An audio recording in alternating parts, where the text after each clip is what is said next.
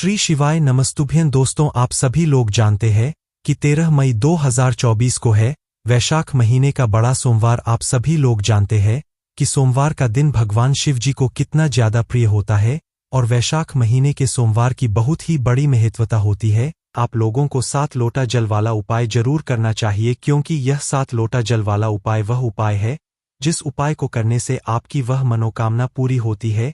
जी, मनोकामना के लिए अपने सारे उपाय करके देख लिए हो, सारे व्रत भी करके देख लिए हो, पर जब भी आपकी वह मनोकामना पूर्ण ना हो रही हो तो आप लोगों को यह वाला उपाय इस सोमवार के दिन जरूर कर लेना चाहिए, क्योंकि इस वाले उपाय को करने से आपकी जो भी मनोकामना होगी वह पूर्ण बहुत ही जल्दी पूरी हो जाएगी। तो चलिए दोस्तों, इस 7 लोटे जल वाले उपाय को हम समझते हैं कि आखिर इस उपाय को करना किसको है, किस समय करना है और कहाँ पर करना है।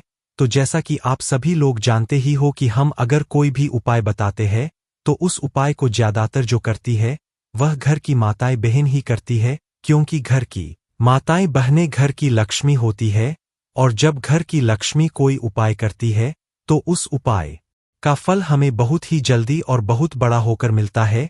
तो इसीलिए इस उपाय को घर की बड़ी माता बहनों में से कोई भी एक माता बहन को करना चाहिए। अगर किसी कारणवश घर में माताएं बहनें उपस्थित ना हो तो फिर घर का कोई बड़ा व्यक्ति भी इस उपाय को कर सकता है, चाहे वह पुरुष ही क्यों ना हो। इसके बाद में दोस्तों अब बात करते हैं कि इस उपाय को हमें करना किस समय है।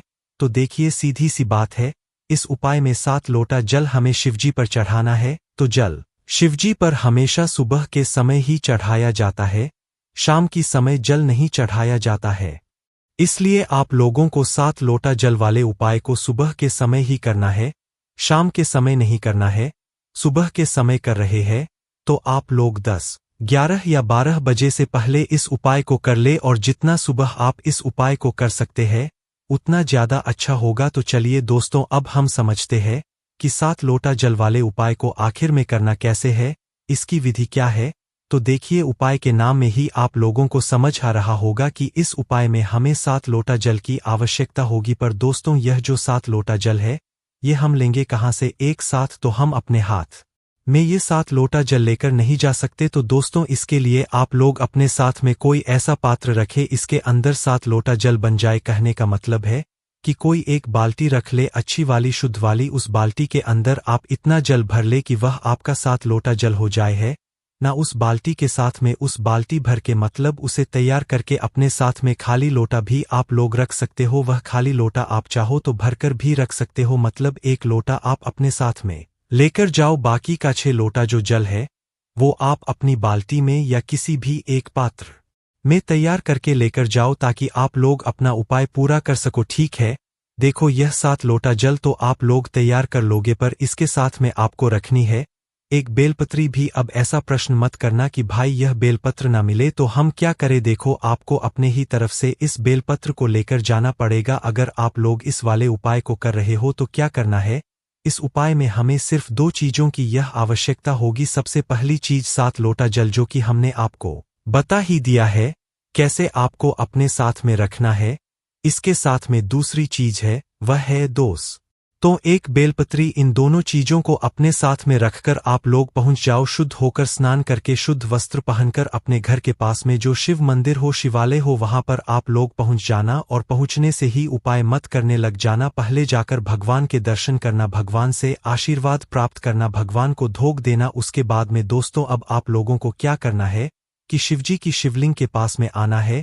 अब शिवलिंग के पास में आने के बाद आपको जल नहीं चढ़ाना है, पहले आपको अपनी वह बेलपत्र निकालना है जो आप अपने साथ पर लेकर आए हुए हो। ठीक है, तो उसे बेलपत्र का करना क्या है।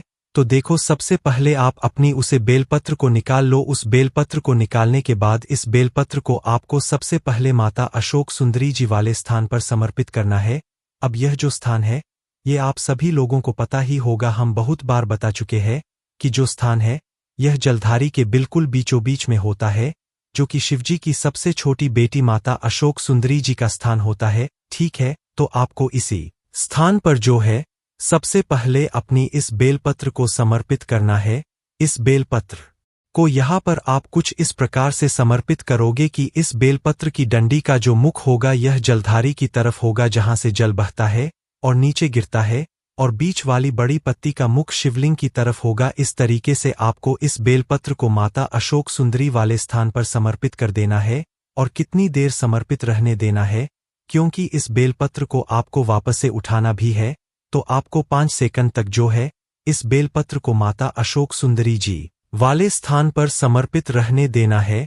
उसके बाद में दोस्तों आपको इसी बेलपत्र को वापस से उठाना है। ठीक है, वापस से इस बेलपत्र को उठाने के बाद आपको क्या करना है, इस बेलपत्र को सीधा भगवान शिव जी की शिवलिंग के ऊपर आपको समर्पित कर देना है।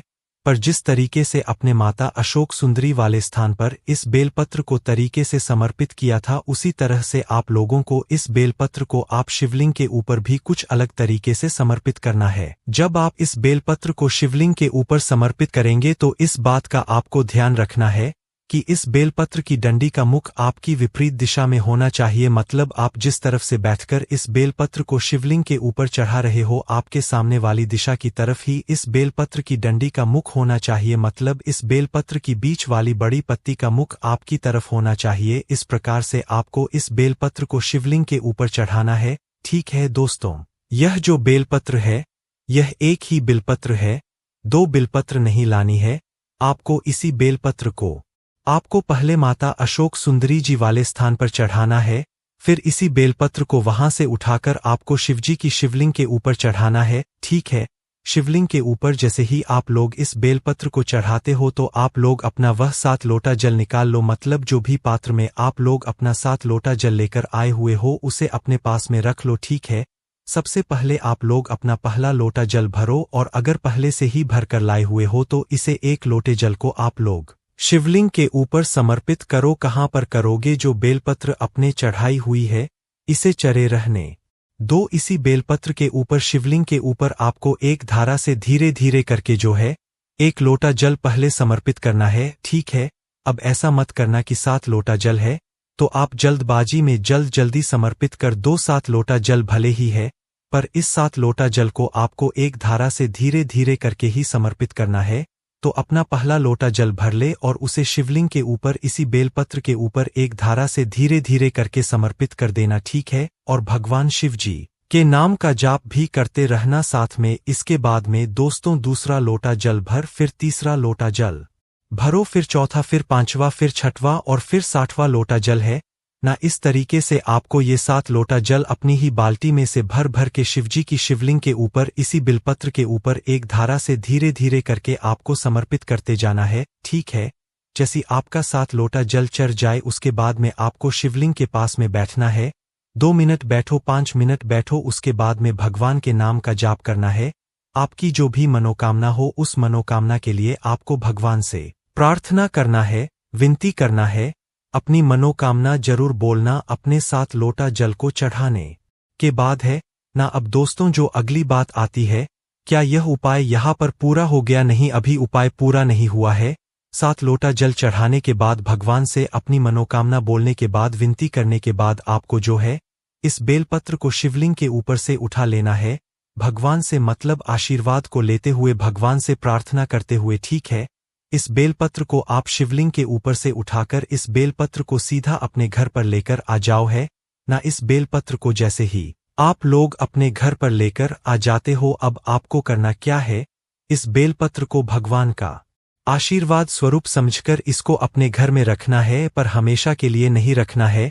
दोस्तों इस बेलपत्र को आप लोगों को अपने घर में या तो 11 दिन रखना है या तो 21 दिन रखना है। अब यह आपके ऊपर है कि आप इस बेलपत्र को अपने घर में कितने दिन तक रखना चाहते हैं। आप चाहे तो 11 दिन भी रख सकते हैं, आप चाहे तो 21 दिन भी रख सकते हैं। अब दोस्तों जैसे ही 11 दिन हो जाते हैं या 21 दिन हो जाते हैं तो इसके बाद इस बेलपत्र का क्या करना है। तो देखो 11 दिन हो गए या 21 दिन हो गए, जितने भी दिन के लिए अपने इस बेलपत्र को अपने घर में रखा हुआ होगा, तो भाई इस बेलपत्र को अब अपने घर से भी उठाना है आप लोगों को, और किसी भी ऐसी जगह पर जाना है जहां पर जल बह रहा हो। मतलब किसी भी पवित्र नदी के जल में आपको जाना है। वह बहता हुआ जल हो, थमा हुआ ना हो, उस बहते हुए जल के पास जाना है और इस बेलपत्र को अपने उस बहते हुए जल में प्रवाहित कर देना, समर्पित कर देना है। और जैसी आप लोग इस बेलपत्र को इस बहते हुए जल में प्रवाहित कर दे, समर्पित कर दे भगवान से अपनी एक और बार प्रार्थना बोल देना, अपनी मनोकामना बोल देना। वैसे दोस्तों, आपकी मनोकामना उस दिन से ही शुरू हो जाएगी जिस दिन से अपने इस उपाय को किया होगा, और जिस दिन आप इस बेलपत्र को मतलब बहते हुए जल में प्रवाहित करेंगे उसे दिन तक हो सकता है आपकी मनोकामना भी पूर्ण हो जाए, पर थोड़ा बहुत देर भी हो सकती है। पर आप लोग उपाय को पूरे मन और पूरे विश्वास से कीजिएगा, आपकी जो भी मनोकामना होगी वह पूर्ण जरूर होगी। दोस्तों, यहाँ पर यह वाला उपाय पूरा हो जाता है। श्री शिवाय नमः।